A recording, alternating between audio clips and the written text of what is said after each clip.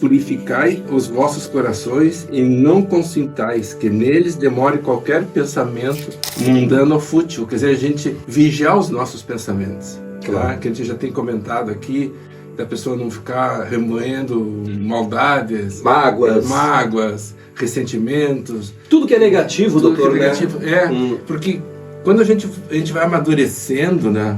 E o ser humano vai construindo em si assim uma vontade de se tornar uma pessoa melhor. Ela vai buscar sempre assim compreender o outro. O grande problema nosso é que a gente enxerga, vamos supor assim, as dificuldades nesse ponto assim de uma mágoa, que alguém te fala alguma coisa e te toca em ti, que machuca. Uhum. A gente olha o nosso lado, a gente se sente machucado, mas a gente não olha o outro, né? Às vezes o outro está passando por uma dificuldade, está num momento ruim da vida. Verdade. E é grosseiro e depois se arrepende, né? Verdade. E se a gente consegue trabalhar em nós, sim, me magoei, tenho consciência, me magoei, mas vou olhar o outro assim, tá, mas o outro está passando por dificuldade, o cara está mal nos negócios, está atrapalhado na vida, está mal com a família, se atravessou comigo, me disse alguma coisa que eu não gostei. Vamos tentar ajustar para que a gente tenha uma vida mais feliz, né? Esse é um primeiro que eu chamei assim, entre aspas, né, de conselhos, eles que traz o texto, né? E pede para elevar o vosso espírito por aqueles que chamar, que a gente ore a Deus, né? Peça auxílio divino, mas aquele auxílio com o coração, com o sentimento, né? No momento que a gente está precisando de auxílio, está precisando de ajuda, vai enfrentar uma dificuldade momentânea ali, um problema X ou Y, que a gente peça e agradeça quando as coisas acontecem para o bem, né? Para que dessa forma, sim, as nossas ações, as nossas atitudes acabem gerando frutos de amor, de caridade, de justiça. A gente plante o bem, né? Agindo dessa forma. E como se colhe quando se faz com o coração as coisas, né? Ah, sim, porque o que diz o texto aqui no final? Deus é amor e aqueles que amam santamente, Ele os abençoa. Claro. Né?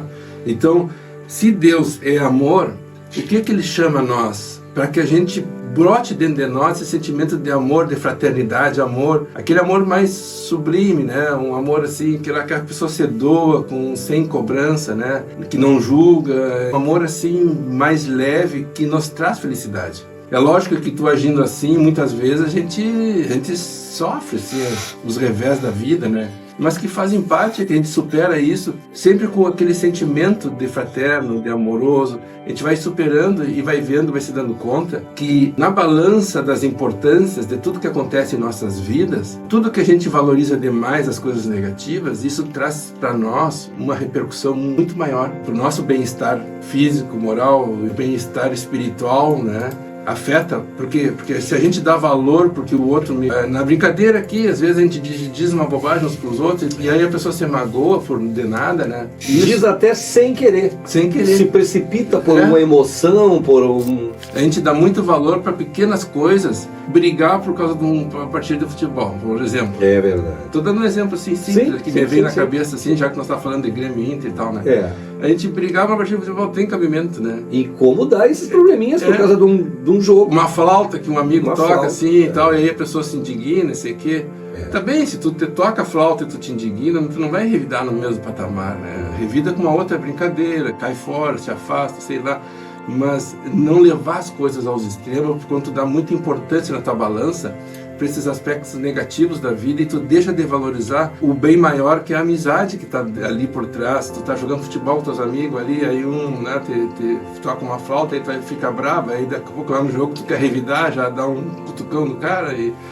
Para que a gente tornar a vida um elo só de toma lá da cara? De vingança, né, doutor? Não sei se chega a um termo de vingança, mas é aquela coisa assim da pessoa, tu me fez uma coisa, eu vou te revidar, e fica aquela coisa negativa no ambiente da gente, né?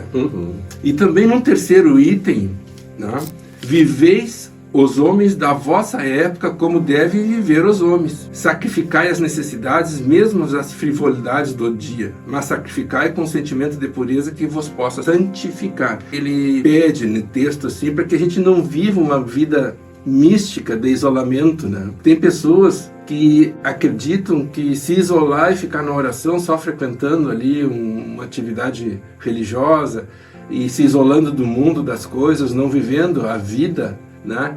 Que isso é benéfico. E veio homens da vossa época atual, a gente vendo dessa forma, nós vamos se aproximar mais dos problemas que os nossos irmãos têm na nossa volta. Por que adianta eu ter uma vida cega, né? Vivo fechado e não enxergo o que o outro está precisando.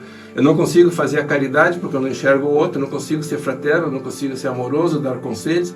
Por quê? Porque eu vivo só no meu isolamento, uma vida mística, orando, pensando, mas sem me expor, sem dividir com o outro. Sem compartilhar, né, doutor? Sem compartilhar a vida. A gente tem que vivenciar, estar junto dos outros, né?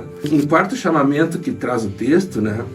Que nós somos chamados, e isso já tem comentado aqui, até no âmbito da família, a conviver com espíritos de natureza diferentes, de caracteres, de pessoas, eu chamo de espíritos, mas espíritos encarnados, de pessoas até com pensamentos opostos ao nosso, seja dentro da família ou fora dela, no ambiente de trabalho, que nós não coloquemos a nenhum daqueles com quem estiveres ser jovial, ser ditoso, né? Mas que seja a sua jovialidade a que provém de uma consciência limpa. Seja a vossa aventura do herdeiro do céu, que conta os dias que faltam para entrar na posse da sua herança, né? Então, ele pede para que a gente não choque a nenhum daqueles com quem nós estivermos. Que essas pessoas que a gente convive junto, né, que a gente não choque elas, que a gente não entre em atrito, em distensão, que a gente entenda que todo mundo tem uma forma de pensar. Irmãos pensam diferente, filhos com os pais, entre os próprios pais têm pensamentos diferentes, né? E convive, e que essa harmonia se faça do ponto de vista espiritual, afetivo, amoroso, que a gente flua o amor, porque quando flui o amor, o sentimento dentro de nós automaticamente nos tornamos pessoas que aceitam mais as diferenças e convivem melhor, de forma...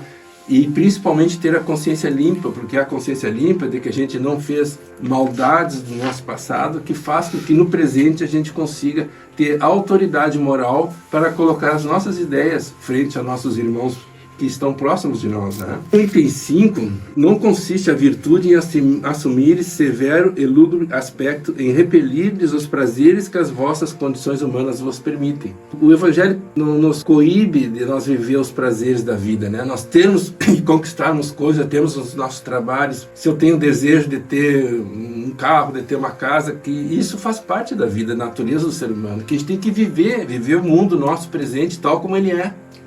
Né? E não querer buscar um isolamento.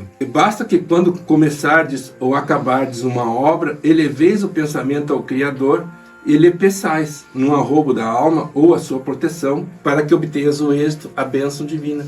Que a gente agradeça todas as conquistas que a gente tem, que a gente viva o presente, viva dentro das condições humanas os prazeres que a vida traz para a gente, e agradeça a Deus por tudo aquilo que a gente vai conquistando, amparado pela bondade e pelo amor divino.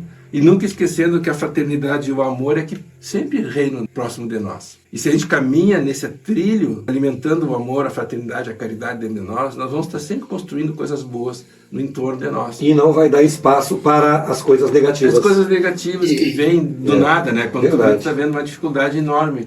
E coisas negativas que eu me refiro não é só pensamentos negativos, não. São atitudes negativas e atitudes de terceiros que possam também nos atingir. O bom senso de botar na balança essas atitudes negativas que vêm contra nós, né?